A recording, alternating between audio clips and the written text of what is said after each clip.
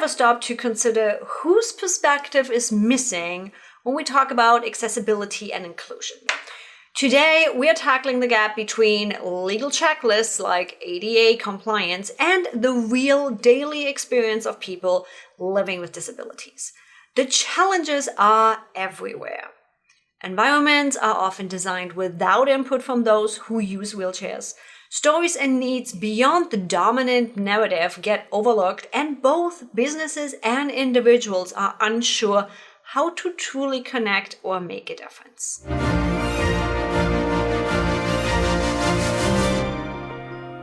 And with that, let me introduce to you Jenna Udenberg. Yes, I pronounced that German.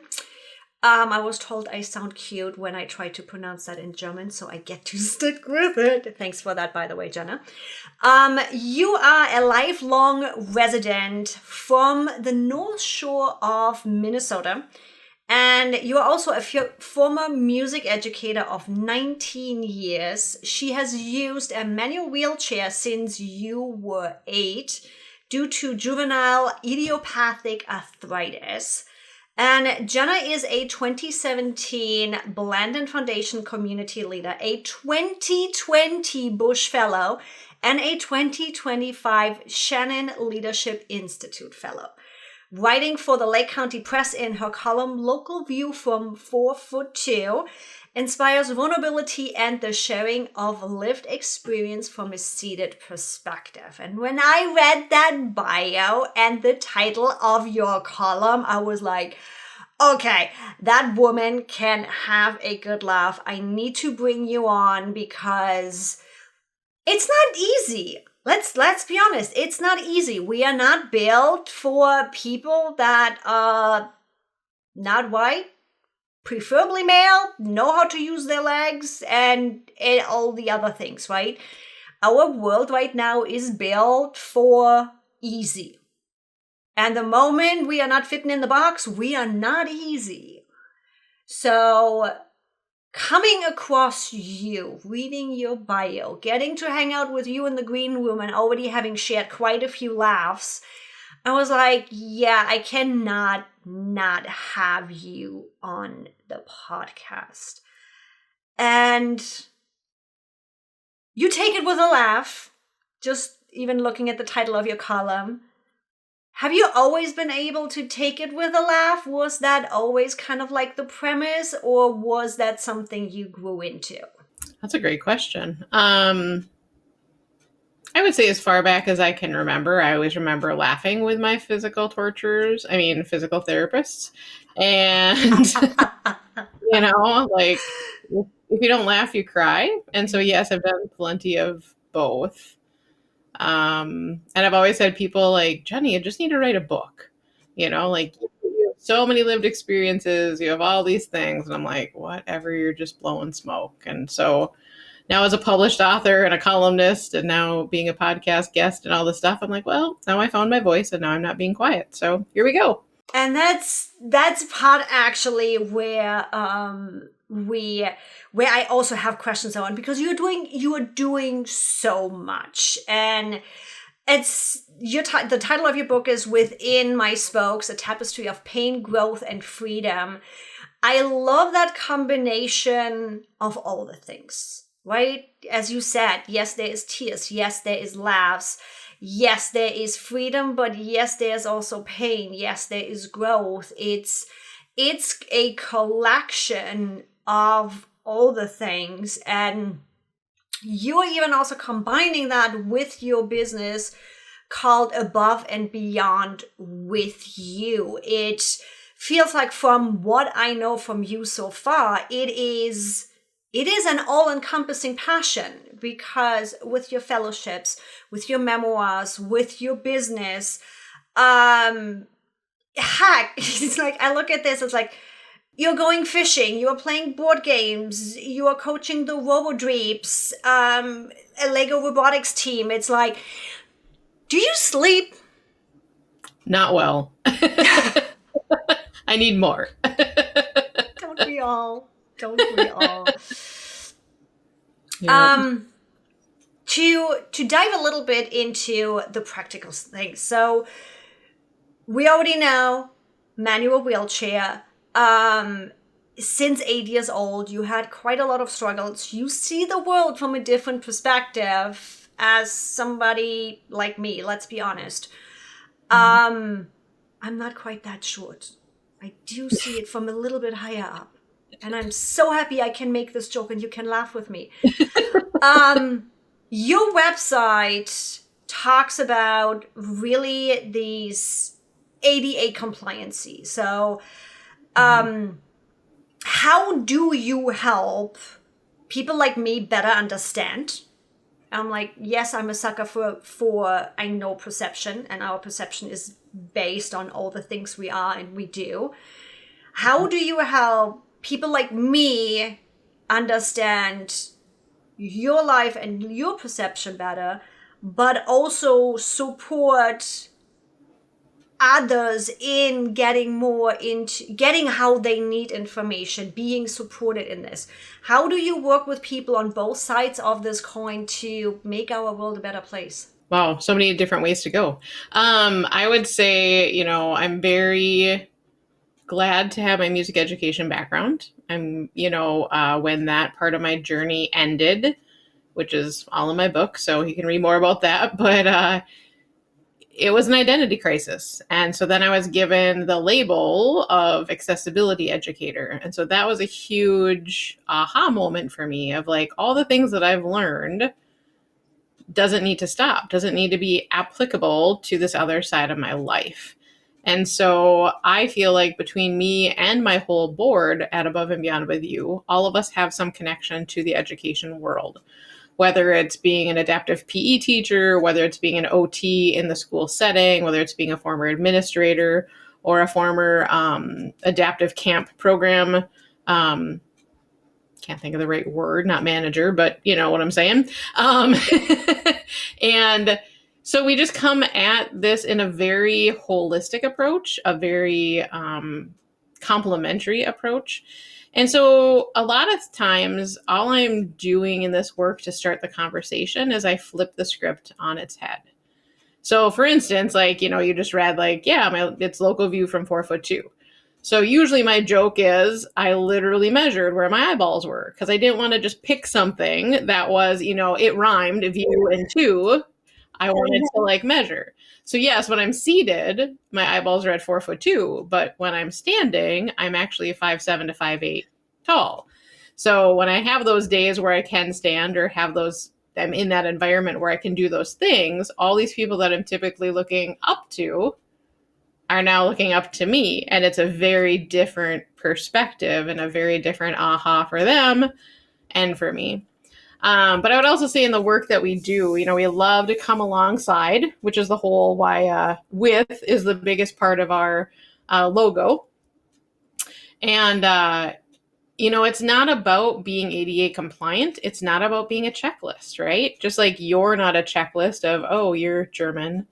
Oh, you're American. Oh, you're living in this state now, but you came from this state, right? Like there's way more to you as a human, just like there's way more to me than just all the different diagnoses and symptoms that I'm experiencing at any moment. Oh, and you happen to be a chick in a chair, right? Like there's way more to life than that. And so, when we're working in especially like the housing industry or the lodging industry or any of the travel industry, it's like, well, we just don't know. And all of us, the human race as a whole, no matter what country you find yourself in, we don't know what we don't know. And until people are vulnerable enough and strong enough and courageous enough to share their story, we can't know it all. We can't just pop on different skin colors and different, cultural backgrounds and different family makeups and all the things, right? We can never in our whole lifetime experience all the things that make each human. And so just by saying those things, it really helps people flip that. And like earlier today, I was in a meeting about housing. And, we live in rural Minnesota. So again, our population is more of the baby boomers, some young families, but kind of traditional demographics of America, right? Especially rural. And it was like every time they talked about disability, it was like, oh, yeah, the older population, the aging in place population, all the things. And I'm like, I get it, because that's That's kind what of they're what we're exposed looking to. for. That's where they're connecting. So yeah, Right. it's their perception, but it's like it's actually that's one part. Right. And then it's like, well, what about this young family down the street who has a fourth grader in a wheelchair? What about this newborn that just yada, yada, yada, right? But then on the flip side, when I do like playground work and park work, it's all like, oh, well, the little fourth grader in a wheelchair over here. Oh, this newborn child, da, da, da, da, da. And then I go, so what if grandma, grandpa have grandchild at the park? What if I, as a disabled auntie, to both biological and adopted, chosen nieces and nephews, go to the park and one of them falls at the top of the slide? Well, is there a ramp? Can I physically get to the child in which I'm responsible for? Can I go swing with my niece and nephew? And they're all like, oh, right. So you see Because it's poor how you John. look at the situation, right? You are starting with the Yep. playground and you are thinking about the kids and making it accessible for the kids and to play. Yep. But if you are not, as you said, we don't know what we don't know. I'm sitting here, everybody that's watching the videos and sees my faces because I'm like, oh yeah, there's the perception. I know exactly the moment you said it, I knew exactly where the perception came from. And it was click, but I'm like, I would not have thought about the caretaker at the playground. I would not have, because I'm like, and I'm one that actually sees a lot of the little things and how they connect, and I'm like, yeah, didn't even think about it. It's like we don't know what we don't know. And Right. your approach to all of this to me is really refreshing, and looking at all of these significant milestones you have achieved. I would love to hear your experiences that have also influenced the way you lead, how you show up, your leader style, your vision. Are there a couple of experiences that you can share that have made you the leader you are today? I would say probably the first one is definitely my middle school band director. She was probably the first person that I can remember that just in small, subtle ways, in the language she used, in the way she made me feel, in the way she fought for me. And it wasn't like, come pin a rose on my nose, like I stood up for you and I advocated for you. It was just like, this is just the right thing to do. And like, I see you as a full human. So whether it's I'm helping you oil your trumpet or learn how to clean it, or I'm helping you tighten your leg brace because you're post-surgical and this is, you can't do this, but this is something you need for your overall health. Like, she just did that. And like, that was, I graduated high school in 1998. So, 8 years after the Americans with Disabilities Act was passed. So, some of the stuff we were doing or had to do together today would not be legal. Like, riding in her car to different field trips as a band student, doing all the different things in those realms. But like, she wasn't told to do it. She chose to do it. You know what I mean? And so that was just really foundational. And like, that's what inspired me to become a band director and to become a music teacher. Because it was like, I've always had that wanting to give back. I was growing up in a home where it was like, you find a space, or when you come into a space, you leave it better than how you found it. And I would say in the last 3-4 years, especially since becoming a 2020 Bush Fellow and going through that whole process, my mantra now is like, it's not just about spaces that you want to leave better, it's about humans and fellow neighbors, and just like, and I want people to do the same for me. If they see me that I'm in this low spot, well, then by the time our conversation's over, I hope I've laughed a little, like you and I have said already, right? I hope that, even if it is something that is traumatic or is sad, even if I'm still crying at the time of the end of our conversation, there's some human to human connection that's happened. So you feel validated, or you feel supported, or you feel something that's tangible and emotional and spiritual and all the aspects of what makes us human and beautiful. Which leads me to a little bit more practical question. Now, you offer tailored training sessions on accessibility and DEIA practices, what are some common misconceptions organizations have about accessibility? What do you see when companies do make the effort? Do you see a common misconception that kind of repeats itself? Is there something big where my listeners can start paying attention to, where I can start paying attention to? How much time do we have? No, just kidding.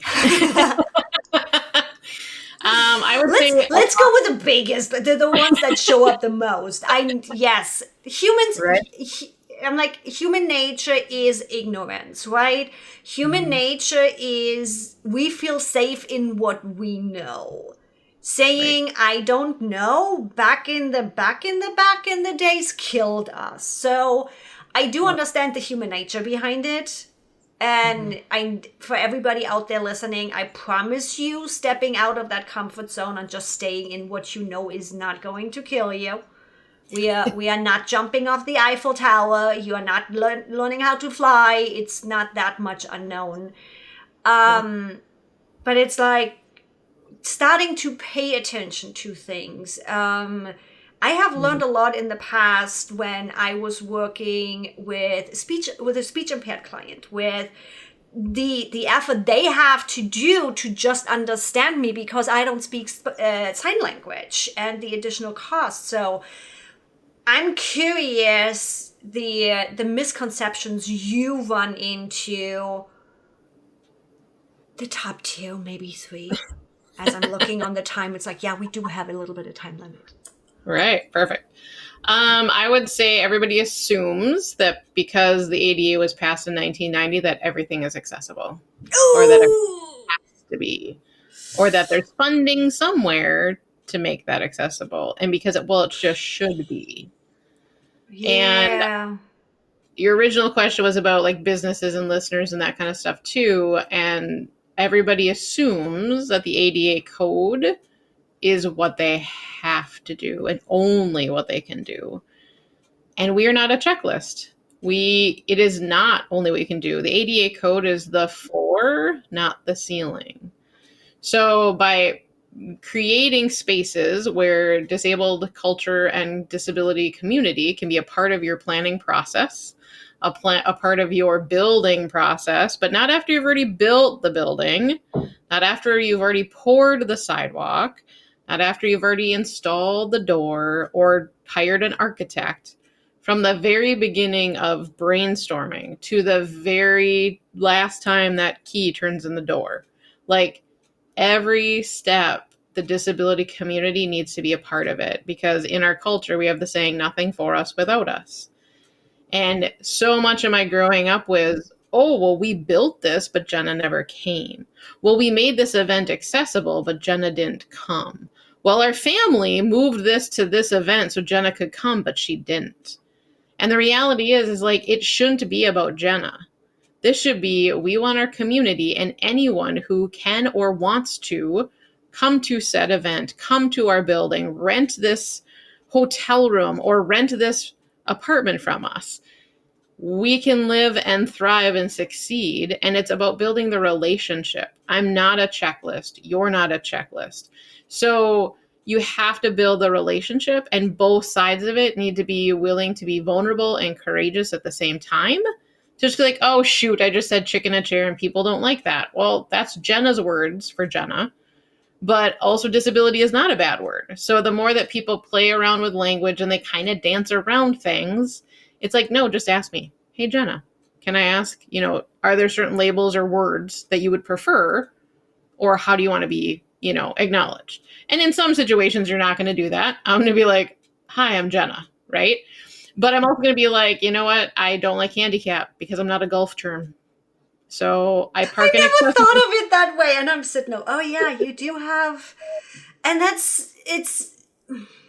language is so personal, where some words trigger somebody and some words don't trigger the other person. It's so personal. So I always appreciate the people literally just telling me, right? English is also my second language, where it's like, don't really care about that one. Can you just use that? I'm like, cool, awesome, not a problem, got it.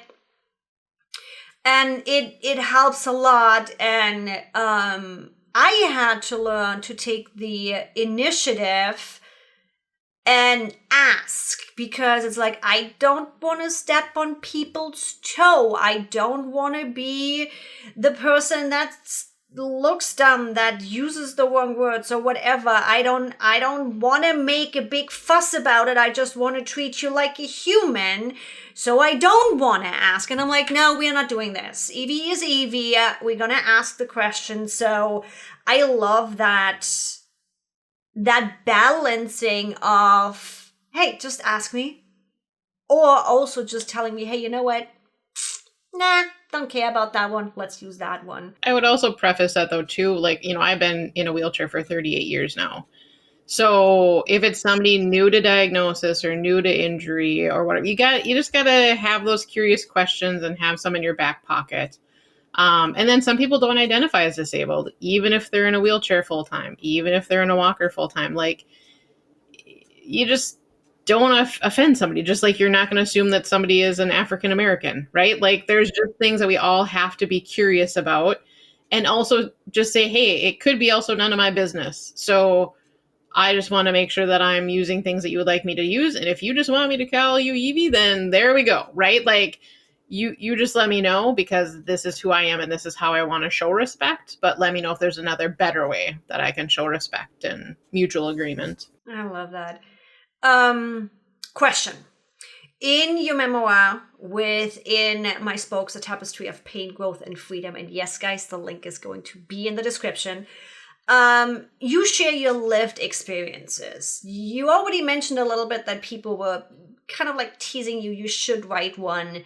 Now, I'm curious, did you write it because people were poking you really should write one, or was there something else behind it that got you to the point to actually finally write it? And what do you hope your readers take away from it? I would say it was earlier in my life that people were poking me, and I didn't write this until 2023, or it was published in 2023. So I wrote it for about a year.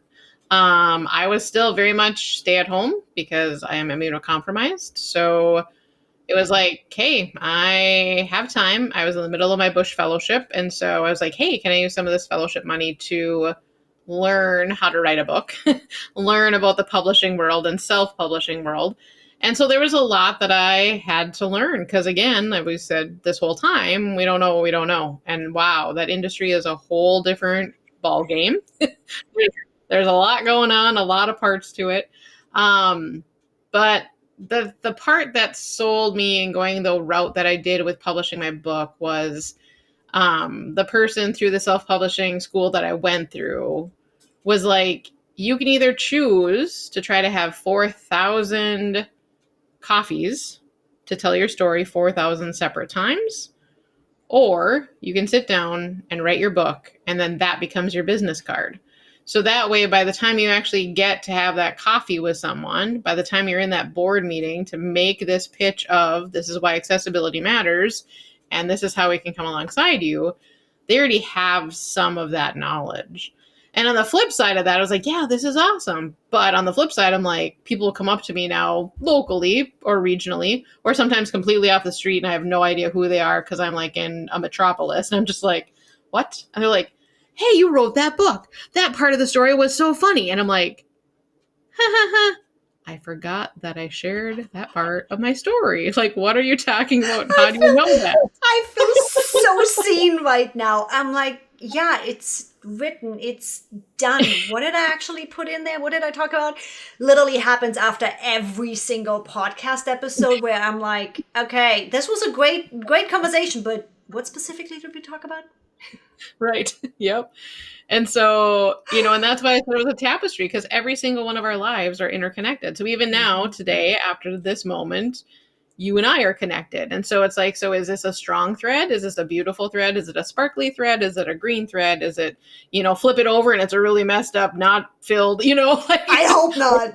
Like a tapestry, not. Right? Yep. But what's cool about it is there's a couple of good friends I mentioned by name, and like people on the street like, hey, Megan, I read your book. And she's like, the first couple times it happened, she's like, what are you talking about? And it's like, oh, Jenna's book that I happen to It be a part mentions of, me. right? And it's like, right, because all of our lives are interconnected and all of us impact each other, whether we want to realize that, whether we're excited that other people impact us. But no matter what, it's true. So, For my audience that is ready to take action, and wanting to step out of their perception of the world and broadening that view some more, learn what they don't know, what would you recommend to them? Where do we start? Because then, like, that whole section, everything, right? Accessibility, all the things, there's so much to it. If that is hearing disabled, if that is speaking disabled, if that is walking, talking, running, whatever it is, it is such a broad subject, which I gotta admit can feel really overwhelming starting in that. Do you have a tip and advice on how can I get started today to stop just being in my box and seeing the world just through my eyes? well, first of all, I would say follow Above and Beyond with You on whatever social media you're on. We're on Facebook, LinkedIn, and Instagram. Check out our website. I try to post different books, different movies, those kinds of things that I watch or read. I would say reach out to your public library because a lot of those librarians know those books, know those documentaries. If you don't know who Judith Human is, go get her book. And she has anything from the adult version, which is longer and all about ADA and 504 and IDEA. But also there's the, if you're more of like, oh, I'll watch a documentary. Well, check out the disability documentaries like Crip Camp on Netflix and other spaces.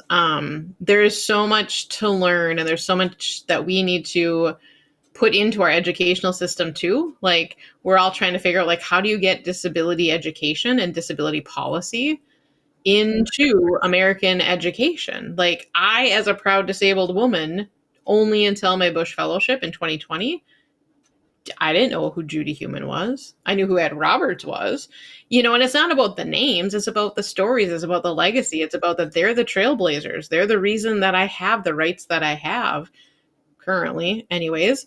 And so, it's like, and then how do we learn from that history so we don't repeat it? And so I would just say, just reaching out. And in most locations, especially bigger cities, they have an adaptive outdoor sports recreation space. Be willing and vulnerable to just go volunteer or go see what a wheelchair basketball tournament is all about, or go see And oh my advanced God, pickleball. Like, wheelchair basketball. One of my besties' boyfriend is in a wheelchair basketball tournament, and I've seen the video of it. They are going to town. I'm like, holy moly! I'm happy you are strapped into that thing. oh, but I've seen a couple that are strapped in and they get face burn because the chair is on top of them and their head is what's there. So I will never be strapped in when I do sports. But that's me.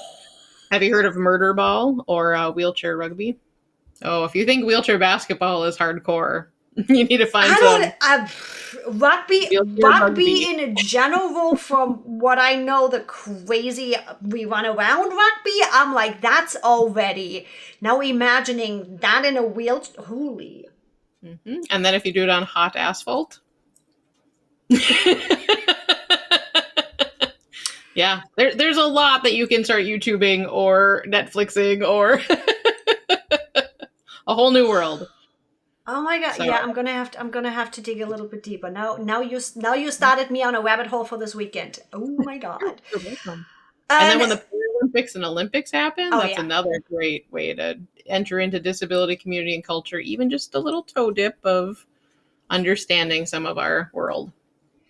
And I'm all about perception. That's my thing, right? Because I'm always joking about, I'm like, yeah, think of the color red. Chances are the level and gradient of the red you think about is different than what I think about. And I said the exact same thing, right? So being able to put ourselves in a situation where we're looking at something from a different perspective is just priceless. Mm-hmm. And we learn so much more. It broadens our horizons so much more. It makes us so much more compassionate. So with that, I am so thankful you joined me today, and the laughs we got to share. For everybody listening and watching, wherever, however, you're going to find all the links down below. Jenna's social links are going to be shared. The book is going to be shared. We have it all there, easily accessible for you. Thank you, Jenna. Thank you so much for having those conversations, for doing the work, and for coming onto the podcast. Thank you. Thank you. Bye, everybody.